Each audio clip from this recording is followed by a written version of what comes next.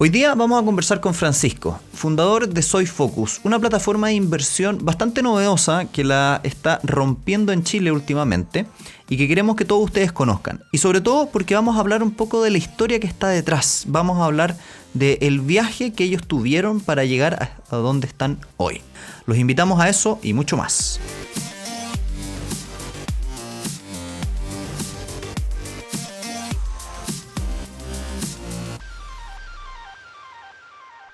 Hola a todos, bienvenidos a Elemental, su club de aprendizaje semanal. Muy buenos días a todos. Hoy día traemos a don Francisco, que es el fundador de una página muy interesante que se llama soyfocus.com.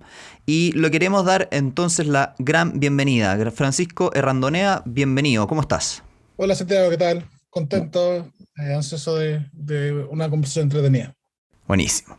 Hoy día queríamos traer a este especial invitado porque en el mundo se están dando cosas muy interesantes, sobre todo en el mundo de las finanzas personales, están generándose cosas que están moviendo un poco lo que era anteriormente la gestión de los activos, las inversiones. Y yo por esas casualidades me topé con Francisco y su empresa, la encontré realmente interesante y dije, esta es una persona que hay que traer, tenemos que conocer su historia y tenemos que saber qué es lo que vio él, que lo hizo crear una empresa como la está creando. Entonces, para partir un poco, te quería preguntar, Francisco, a grandes rasgos, ¿qué hace Soy Focus? ¿Qué es? ¿Quiénes son? ¿Cuántos años llevan? Nosotros somos una plataforma de inversiones que lo que busca es dar acceso a la mayor cantidad de gente al mundo del ahorro más bien sofisticado. Nuestra solución es sin tecnicismo, que es una cosa que está muy asociada a la industria. Somos súper transparentes, súper fácil saber lo que uno cobra, lo cual no es tan obvio en esta industria tampoco. Y tratamos también de ser bien orientados al cliente, pero no solo el cliente importante, independiente de cuánto tenga. O sea, en general, tenemos gente que ahorra desde 1.000 pesos hasta varios ceros y todos reciben un tratamiento igual y todo lo atendemos a través de la página soyfocus.com. Oye, y cuéntame, ¿cuándo partió esta empresa? ¿Cuándo la fundaste? ¿Cuál es la idea? ¿Qué te pasó? A ver, cuando yo cumplí 40 años en el 2017 y 40 días después de cumplir 40 años me fui del lugar que trabajaba, que era el Santander. Yo trabajé durante 15 años en Santander, partí de analista raso, terminé siendo gerente general de la corredora de bolsa. Y hay otras personas que se compran motos descapotables a los 40 años, y yo decidí hacer un cambio de vida. Tuve un viaje, de hecho, en mis vacaciones. Esto no fue un tema de plan de meses, fue bastante más rápido. Y me di cuenta que había cosas que estaban pasando y habían cosas que uno podía mejorar con las nuevas tecnologías, especialmente el mundo de las personas naturales. Yo trabajaba en las corredoras más grandes de Chile y las personas naturales no son el cliente foco de la mayoría del mundo de la inversión en Chile.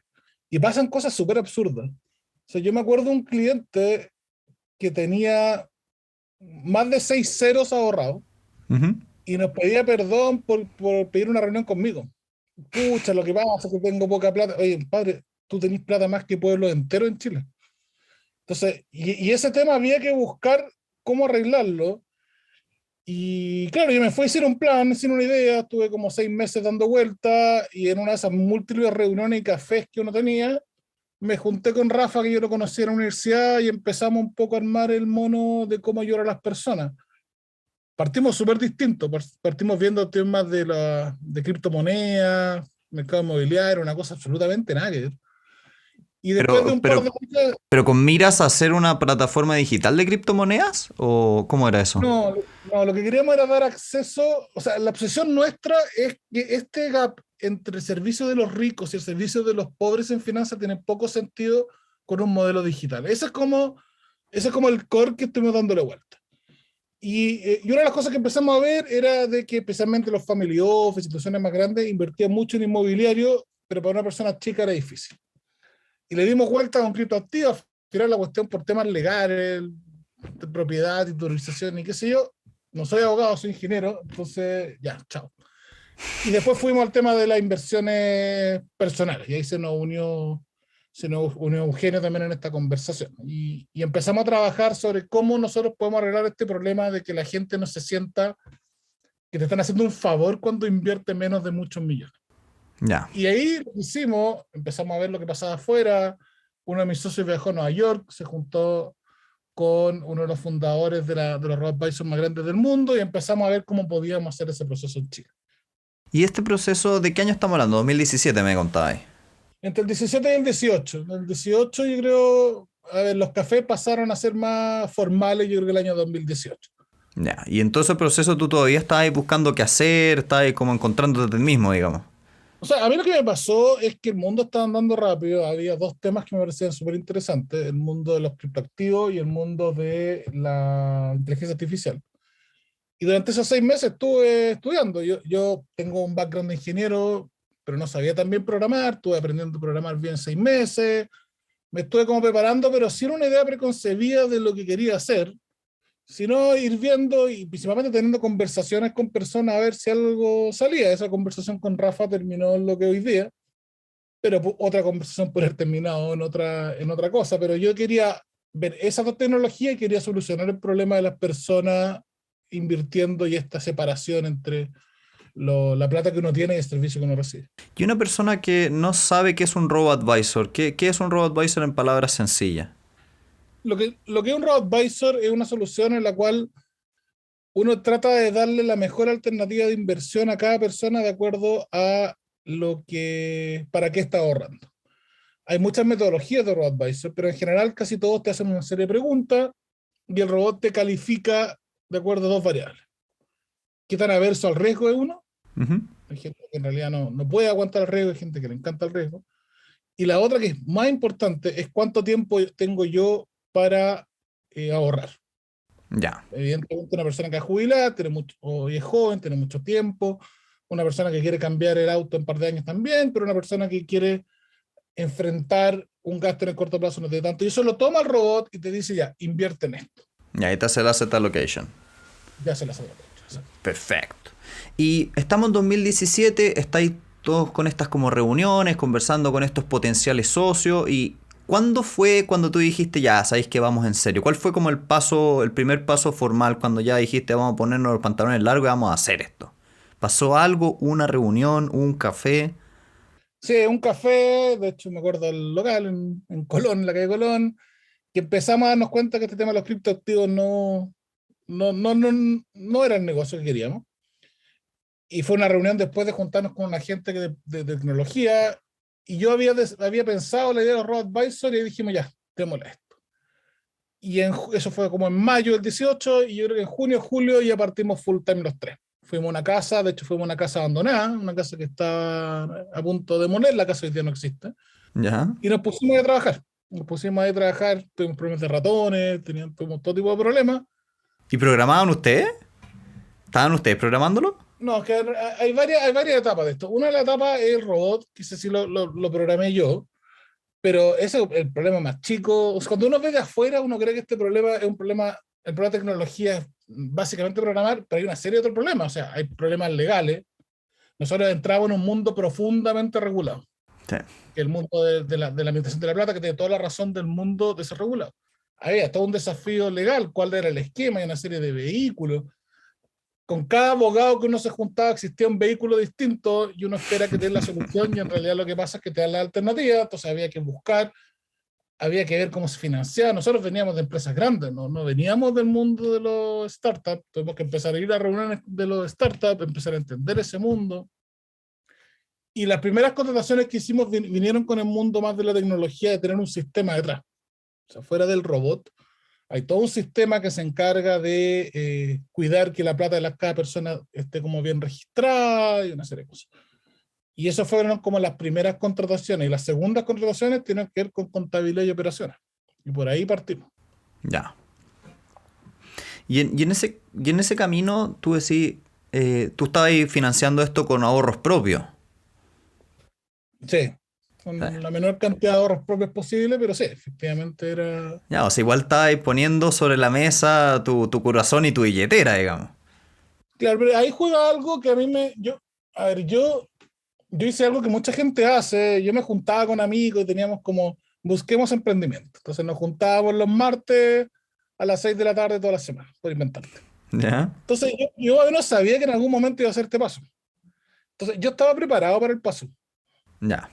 Evidentemente a mi edad yo tengo dos hijos, estoy casado, o sea, tengo un costo fijo más alto que una persona que sale a la universidad, pero estaba preparado a eso y me preparé antes. Entonces, por suerte, tenía la posibilidad de, apretándose un poco el cinturón, tener un tiempo para hacer las cosas bien.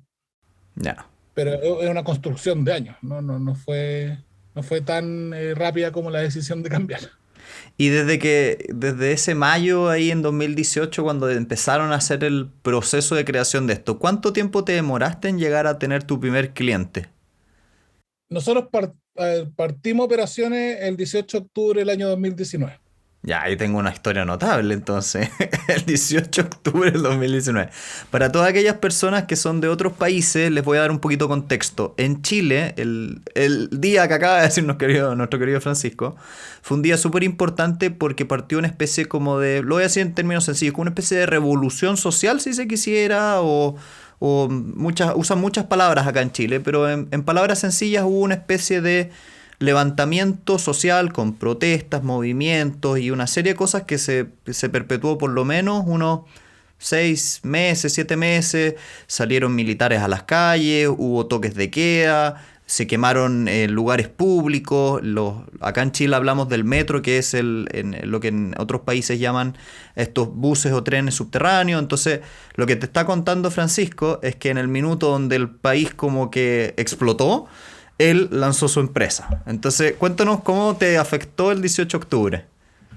A ver, nosotros, claro, partimos, esto fue un viernes, y el día lunes las oficinas las teníamos cerca de un metro donde era un lugar secundario de las cosas que tú estás diciendo, que era el metro toda la.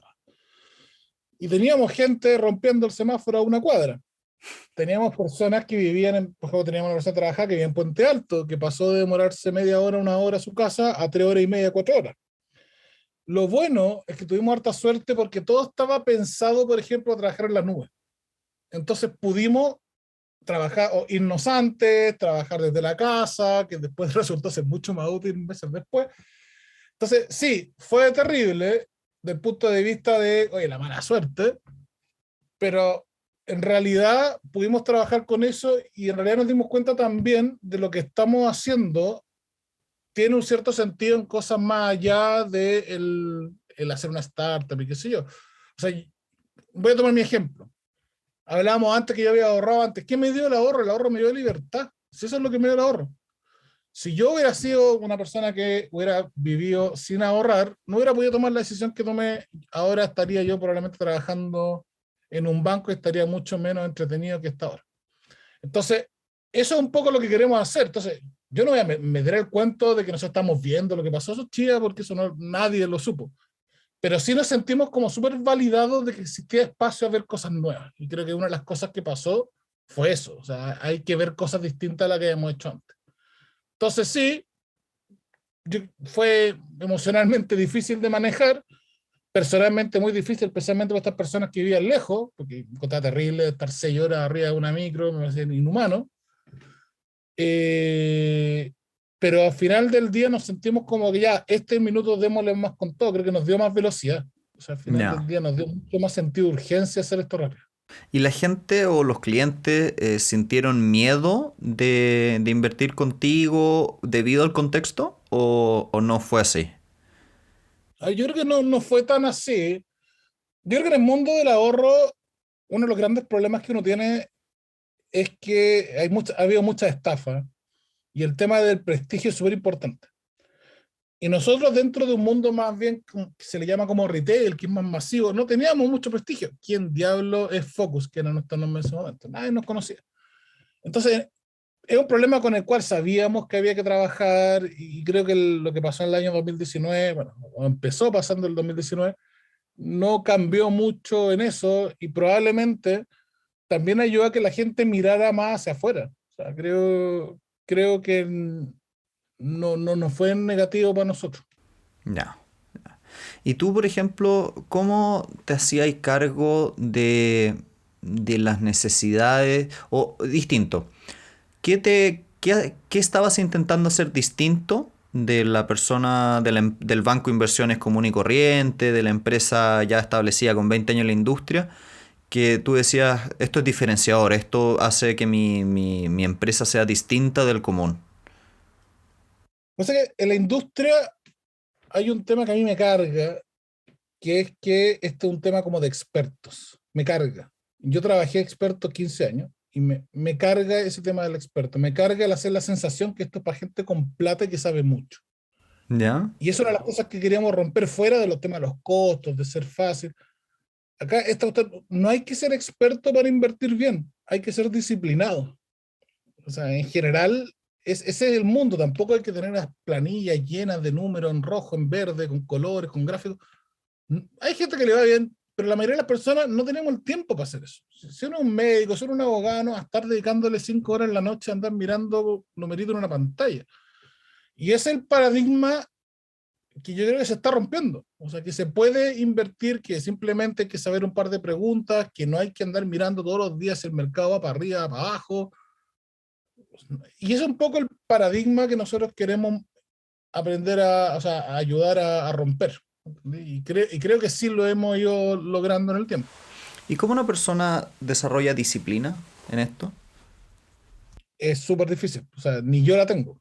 O Ya. sea, 100%, o sea, si yo me autojuzgo, no tengo un 7 en eso. Es súper difícil. Yo creo que es más difícil para la gente que ha estado metida que para la gente nueva.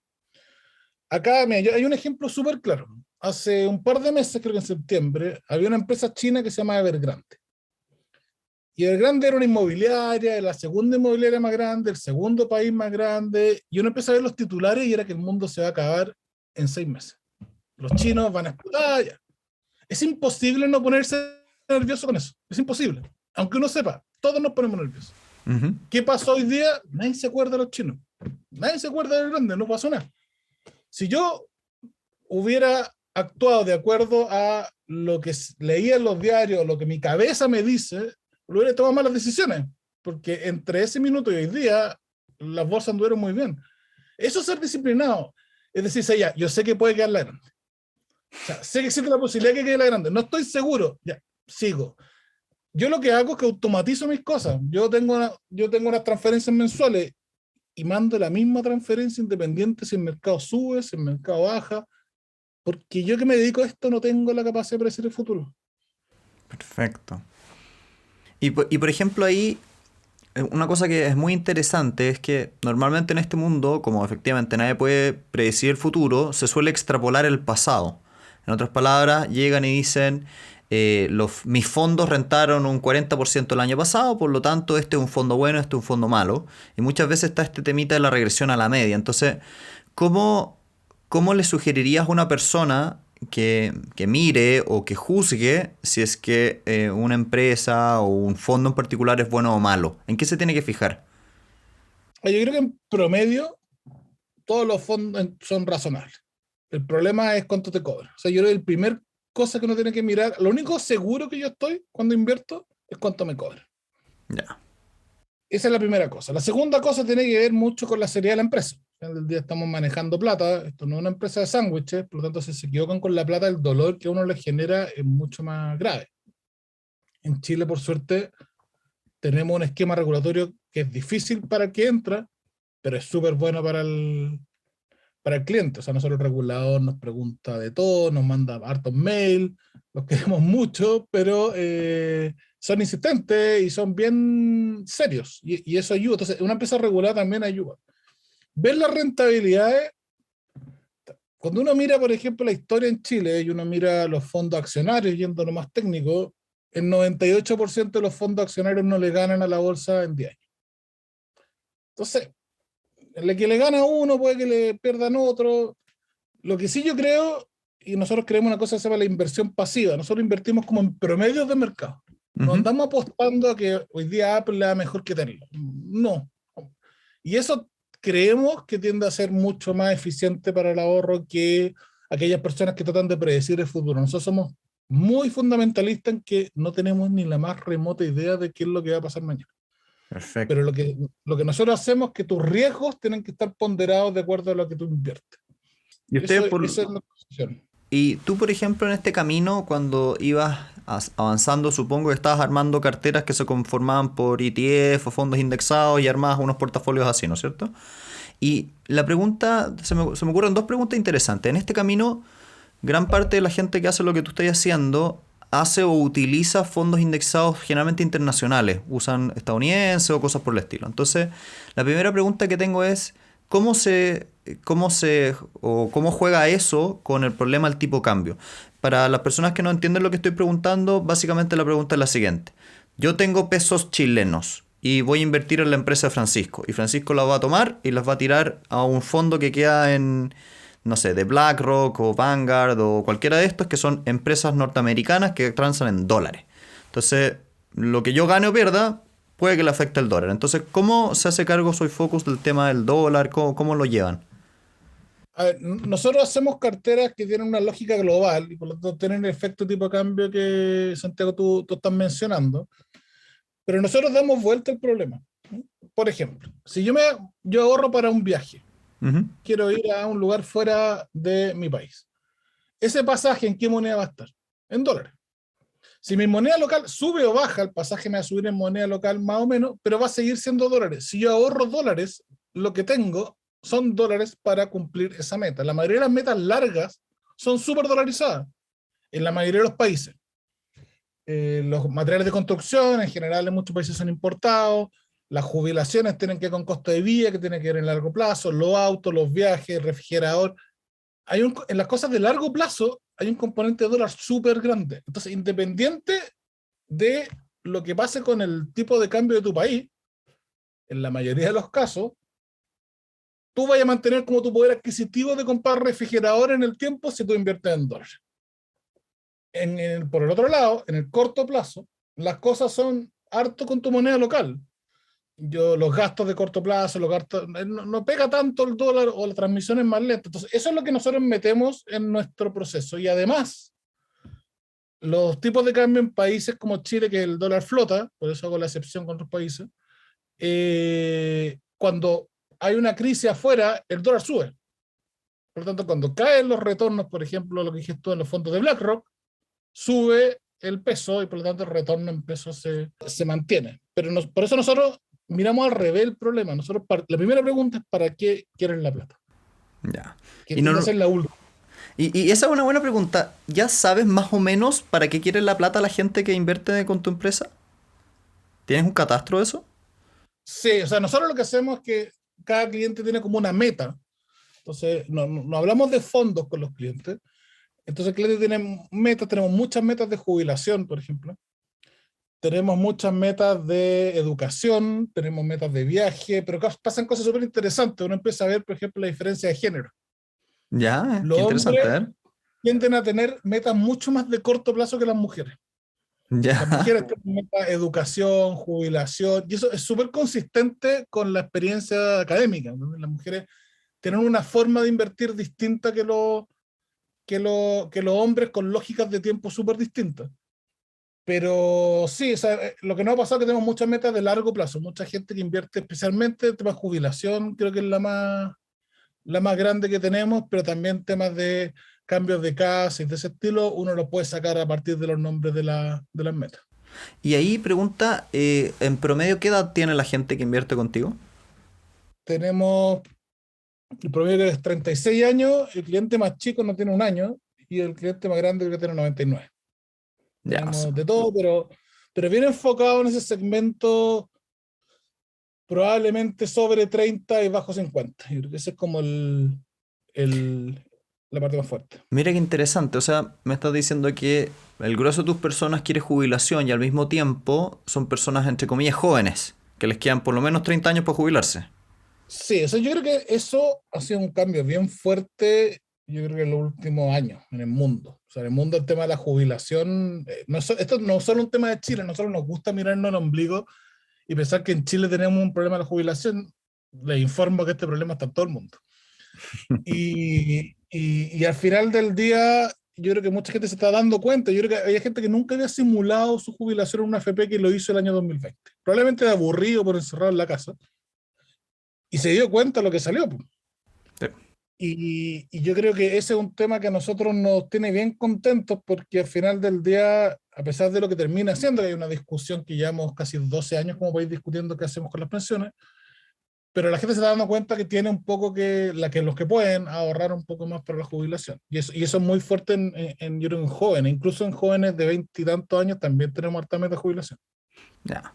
Y ahí una pregunta interesante es, cuando tú inviertes en tu propia empresa, supongo, a través Sí. de Soy Focus Prudent. Y por ejemplo, ¿cuál es tu meta? Yo tengo varias metas, bueno, la más grande no es jubilación, de hecho. Tengo metas también para hacer arreglos en la casa, tengo una meta para cambiar el celular cada 3 años, yo lo cambio cada 3 años, entonces ahorro un poco para cambiar el celular. Tengo una meta para el Mundial de Qatar, que probablemente la voy a tener que usar para otra cosa. Eh, Tengo varias metas, tengo como 12 metas, tengo una meta para mis niños, para su educación. Eh, sí, eso, pero yo miro poco mi cartera, o sea, creo que me da mucha ansiedad mirar cómo me va.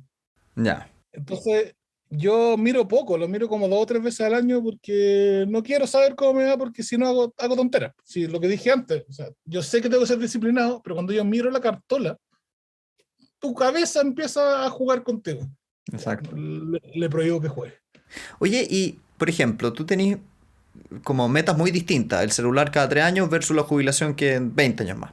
¿Hay alguna diferencia en el tipo de fondo que utilizas para esas dos metas o es el mismo fondo, la misma plata en un solo fondo? No, no, la que tengo para el celular es más o menos. Nosotros ponemos notas del 1 al 10. Entonces, 10 es como ultra arriesgado y 1 es súper conservador.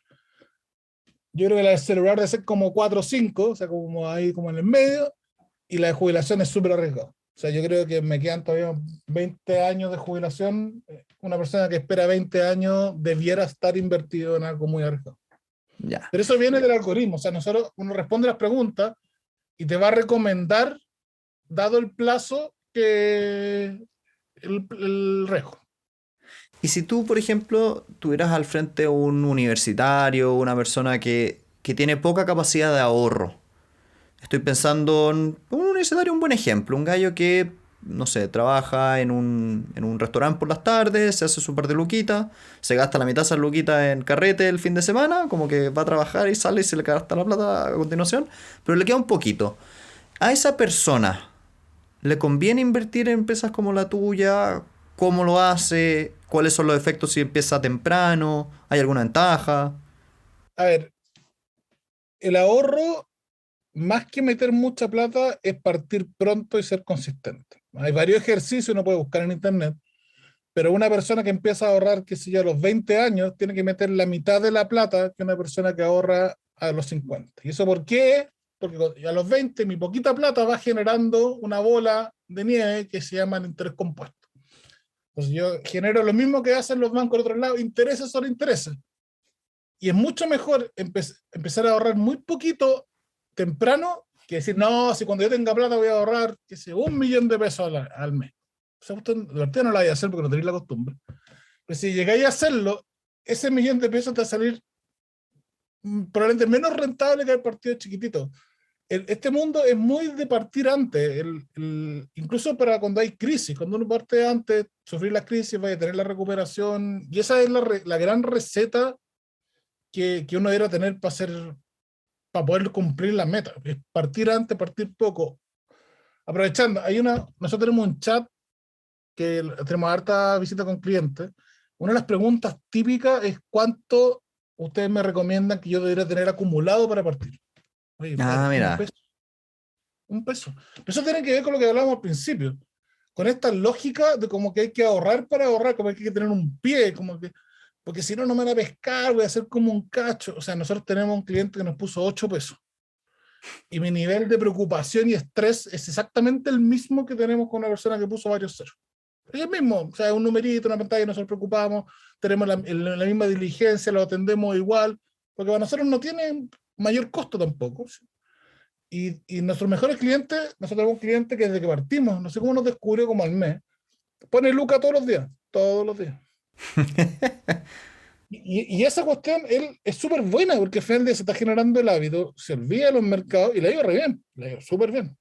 O sea, hemos vivido, y eso es súper interesante, hemos vivido los últimos 3 4 años Ya, el coronavirus pegó un par de meses, pero fuera de esos 2, 3 meses al principio del coronavirus han sido años extraordinarios para la bolsa. Y al mismo tiempo eso te genera un poco el susto y uno dice, mira, yo miro los PI de Chile y uno dice, chuta, esta cuestión está inflada, está caliente, puede que vaya a reventar en cualquier minuto. Y eso es propio de todas las épocas. Cada 10 años hay una tremenda crisis, suele pasar así.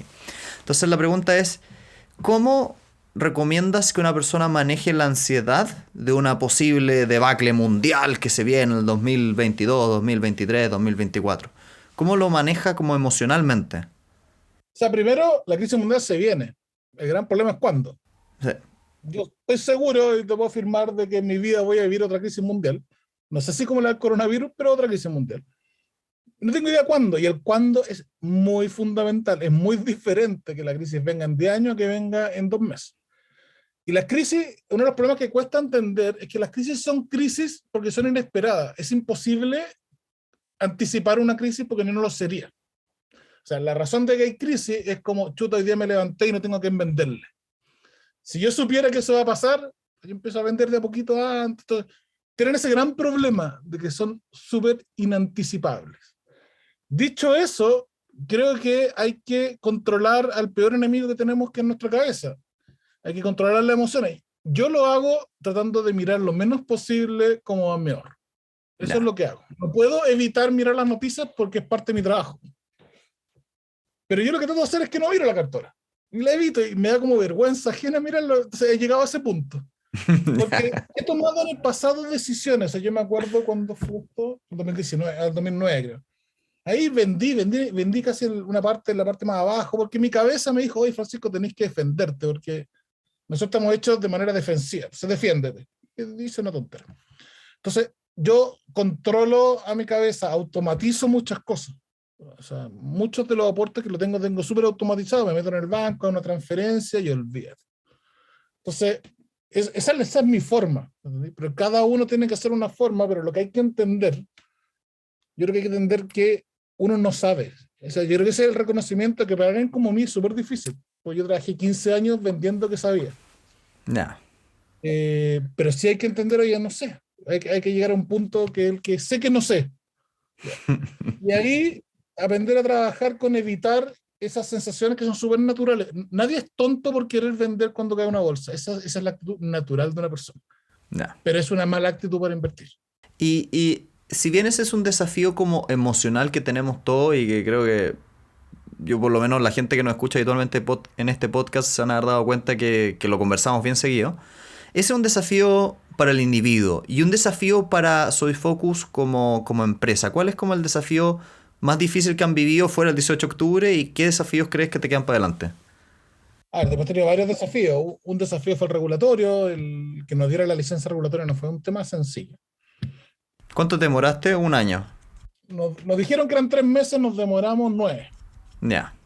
Nos demoramos 9, tuvimos la suerte que hubo un cambio regulatorio, entonces nos demoramos 9 meses, que son 9 meses que estamos esperando recibir algo, porque este negocio no podía yo partir de la forma en que lo teníamos concebido sin el sello regulatorio.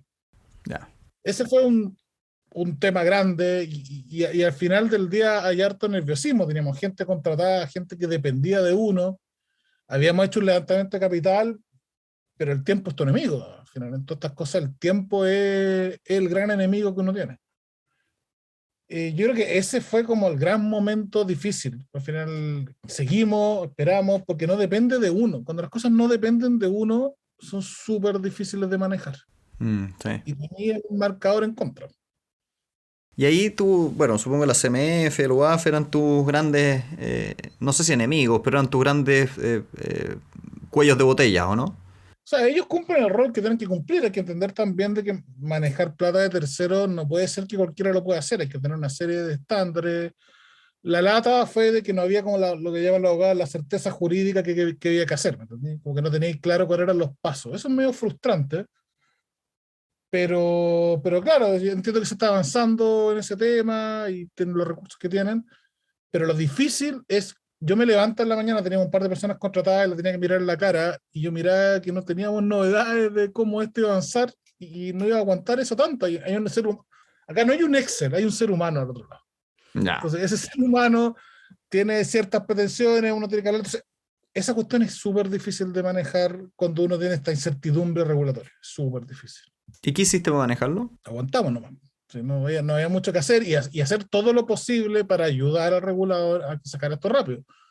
O sea, nosotros nos pedían cosas, las teníamos en el mismo día, era prioridad, pero definitivamente no dependía de nosotros, pero hicimos todo lo posible para que saliera rápido. Y de hecho, nosotros en Chile este vehículo se llama GF, que es Administrador General de Fondos. Cuando nosotros salimos hubo 2 años que no salió ninguna otra, porque nosotros jodimos tanto, y yo creo que otras empresas más grandes, que sé yo, quizás no jodieron tanto como nosotros, o jodimos mejor. Y nosotros logramos ser el oasis en el desierto y durante 2 años no hubo otra jefe. Ya. Y hoy en día, ustedes ya supongo ya están más estabilizados, han crecido harto. ¿Cuánta gente usa actualmente la aplicación? Tenemos cerca de 7.000 usuarios, tenemos usuarios, o sea, clientes desde Arica hasta el Cabo de Horno y la Isla de Pascua. Manejamos cerca de 45 millones de dólares. El dólar cambia harto, pero por ahí anda. Sí. Así que sí, nos hemos multiplicado. El año pasado multiplicamos creo por 3 o 4. Estamos creciendo doble dígito todos los meses. ¿Y eso para ti te significa algún desafío? ¿Hay algo difícil de ir creciendo a esta velocidad? Todas las etapas tienen sus dificultades. Cuando uno está en la etapa cree que es lo peor. Pero el problema, al igual que los niños, mientras uno se va agrandando, los problemas se van agrandando. O sea, cuando nosotros tenemos 40 personas en el equipo, la responsabilidad de los socios se multiplicó por 40 que cuando teníamos uno. Pero por otro lado, también uno tiene recursos de hacer cosas más entretenidas. Nosotros no queremos meternos full en el mundo de fondos y ofrecer miles de fondos. Nosotros queremos ayudar a la gente a que el tema de las finanzas no sea un cacho. Y hoy día tenemos mucho más recursos para hacer eso. Entonces el problema es más grande, mucho más grande. O sea, hacer un fondo no fue tan problema, pero tenemos más recursos, tenemos más capacidades, tenemos más espalda, tenemos más contacto, tenemos más experiencia. Entonces, creo que la cosa está en otro nivel de dificultad que lo que estaba al principio. Ya. Y por último, para ir cerrando el día de hoy, ¿hay algún... es entretenida esta pregunta, ¿hay algún error, equivocación, fracaso favorito que tengas? ¿Alguno que tú digáis, ese fue un gran aprendizaje, de esto saqué algo bueno? Sí, yo creo que cuando uno parte, uno trata de buscar formas de acelerar muy rápido, ¿ya? Y a nosotros nos pasó de que hubo empresas grandes que quisieron asociarse con nosotros. Y eso es un proceso súper lento porque las empresas grandes tienen mucha burocracia y uno pierde mucho foco con eso. Y yo creo que esa tentación de vaya a tener millones de clientes y estáis 2 años negociando el tema, para una empresa como la nuestra, que tiene que tener, te quita foco, te quita velocidad, te quita atender a tus clientes.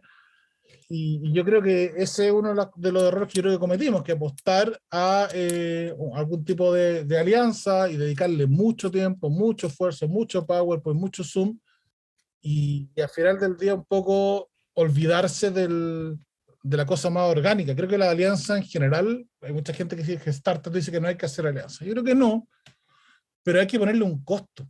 Uno te decía, este es el costo, estoy dispuesto por esta alianza. Y controlarlo súper cerca, porque si no, se desbandan. Ya.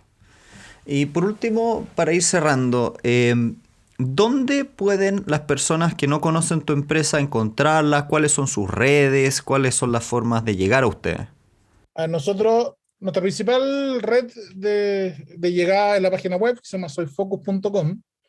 Nosotros en la página web tenemos un chat que lo contesta un ser humano. De hecho, yo a veces lo contesto, lo hemos contestado. Yo creo que todos los que trabajamos en la empresa alguna vez hemos contestado eso. Pero tenemos hoy día un equipo que se dedica y uno puede hacer las preguntas que quiera, siendo o no siendo cliente, le dedicamos el tiempo necesario. Tenemos en Instagram soyfocus.cl, en Facebook es Soy Focus, tenemos Twitter también Soy Focus, estamos en todas las redes, tratamos de contestar de la mayor forma posible, la mejor forma posible a toda la gente. Pero en la página de harta información, tenemos una serie de preguntas y respuestas, tenemos un blog donde escribimos en fácil temas que están pasando, pero si alguien quiere saber bien y quiere preguntar cómo la firme, se mete al chat, si quiere hablar conmigo le pregunta, yo me meto, a veces llamamos, hay gente que nos ha pedido ir a ver las oficinas, que las tenemos ahí en Providencia, hacemos tour a la oficina. O sea, en realidad acá lo que nosotros queremos es que entendemos que la gente se ponga nerviosa con poner la plata con nosotros, pero nosotros somos totalmente abiertos a responder por las vías que sean más adecuadas para cada cliente. Perfecto.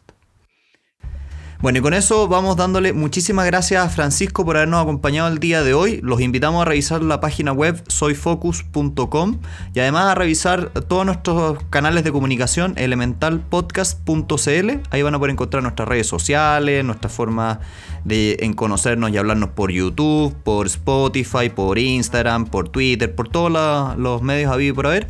Y si les pareció que esta es una conversación interesante, los invitamos a compartirla. Ojalá que la mayor cantidad posible pueda conocer la historia de Francisco. Y muchas gracias por haber venido, Francisco. Un gusto tenerte con nosotros. Muchas gracias, Santiago. Que te vaya muy bien.